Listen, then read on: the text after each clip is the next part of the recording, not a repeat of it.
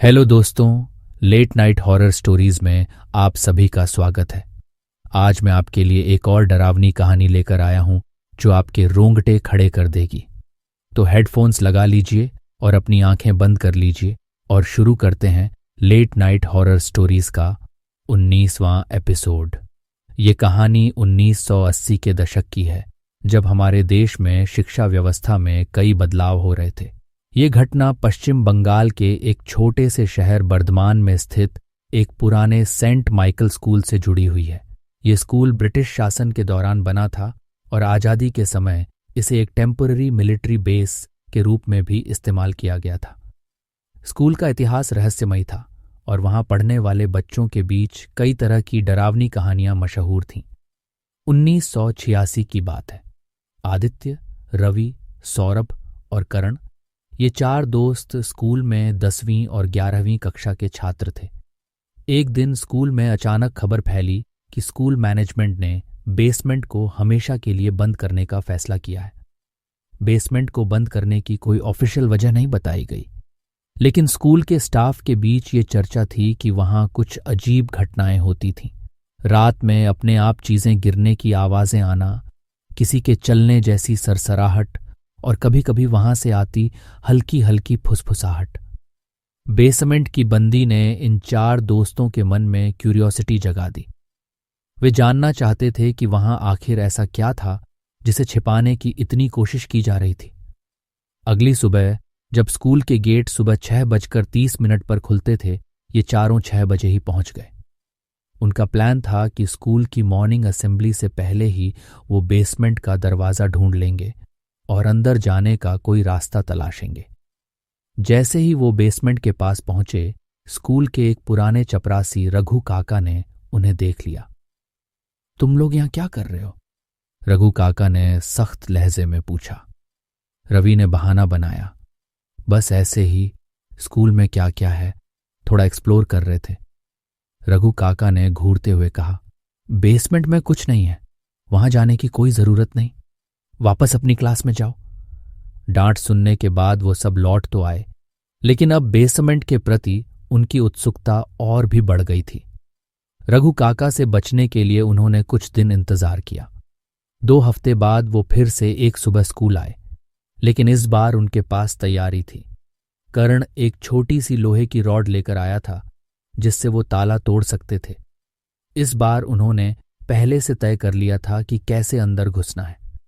जब वो बेसमेंट के दरवाजे पर पहुंचे तो देखा कि वहां सच में ताला लगा हुआ था। उन्होंने रॉड से ताले को तोड़ने की कोशिश की और 20 मिनट की मेहनत के बाद आखिरकार ताला टूट गया। जैसे ही उन्होंने बेसमेंट का दरवाजा खोला, ठंडी और सीलन भरी हवा बाहर आई। चारों ने अपनी टॉर्च निकाली और नीचे उतरने लगे। बेसमेंट अंधेरे से भरा हुआ था, हर तरफ धूल जमी थी। जैसे ही उन्होंने अपनी टॉर्च चारों ओर घुमाई, उन्हें बेसमेंट के कोने में एक छोटा सा दरवाजा दिखा। वो करीब 4 फीट ऊंचा था, मानो किसी ने इसे छिपाने की कोशिश की हो। हम अंदर चलकर देखते हैं, आदित्य ने कहा। करण ने सबसे पहले दरवाजा खोला। वो बहुत पुराना था और खोलते ही एक अजीब सी बदबू फैली। जैसे ही वो अंदर गए, उन्हें एहसास हुआ कि ये कोई साधारण बेसमेंट नहीं था। दरअसल ये एक पुरानी सुरंग थी जो स्कूल को शहर के अन्य हिस्सों से जोड़ती थी। ऐसा कहा जाता था कि अंग्रेजों ने आज़ादी की लड़ाई के दौरान इस टनल का इस्तेमाल किया था ताकि वो स्वतंत्रता सेनानियों से बचकर भाग सकें। वो टॉर्च की रोशनी में टनल में आगे बढ़ते रहे। अचानक रवि की टॉर्च बंद हो गई। क्या हुआ? सौरभ ने पूछा। शायद बैटरी खत्म हो गई, रवि ने जवाब दिया। फिर धीरे धीरे सभी की टॉर्च बंद हो गई। अब उनके पास केवल मोमबत्तियां बची थीं जिन्हें उन्होंने जलाया।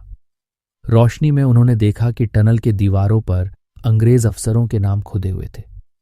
जैसे जैसे वो आगे बढ़े, ऑक्सीजन की कमी महसूस होने लगी, मानो वहां कोई हवा ना हो। तभी उन्हें महसूस हुआ कि टनल में वो अकेले नहीं थे।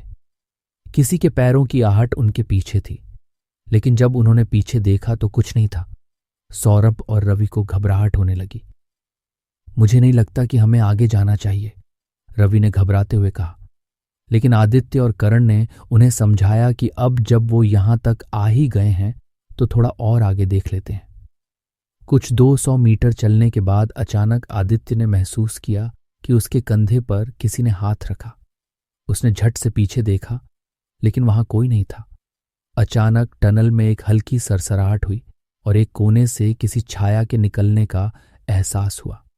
अब चारों को समझ आ गया कि यह जगह सामान्य नहीं थी। वो जितनी जल्दी हो सके वापस लौटने लगे। जैसे तैसे बेसमेंट के दरवाजे तक पहुंचे और पूरी ताकत से उसे धक्का देकर बाहर निकल आए। अगले कुछ दिनों में ये कहानी पूरे स्कूल में फैल गई। इससे इंस्पायर होकर 6 और स्टूडेंट्स, 4 बॉयज और 2 गर्ल्स ने फैसला किया कि वो इस टनल को पूरी तरह एक्सप्लोर करेंगे और पता लगाएंगे कि ये कहाँ तक जाती है। लेकिन जब वो गए तो कभी वापस नहीं आए। उन स्टूडेंट्स के लापता होने की खबर पूरे स्कूल में फैल गई।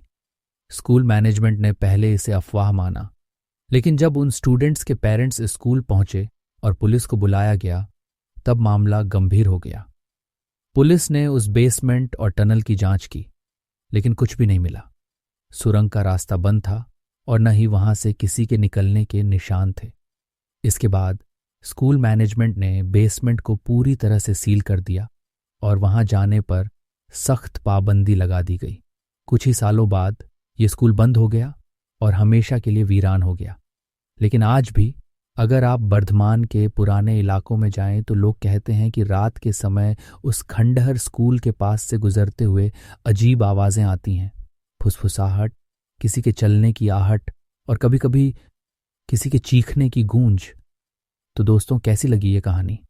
अगर आपको ये पसंद आई या आपको कुछ डर महसूस हुआ तो कमेंट करके ज़रूर बताएं। लाइक और सब्सक्राइब करना न भूलें ताकि आप अगली कहानियों का मज़ा उठा सकें।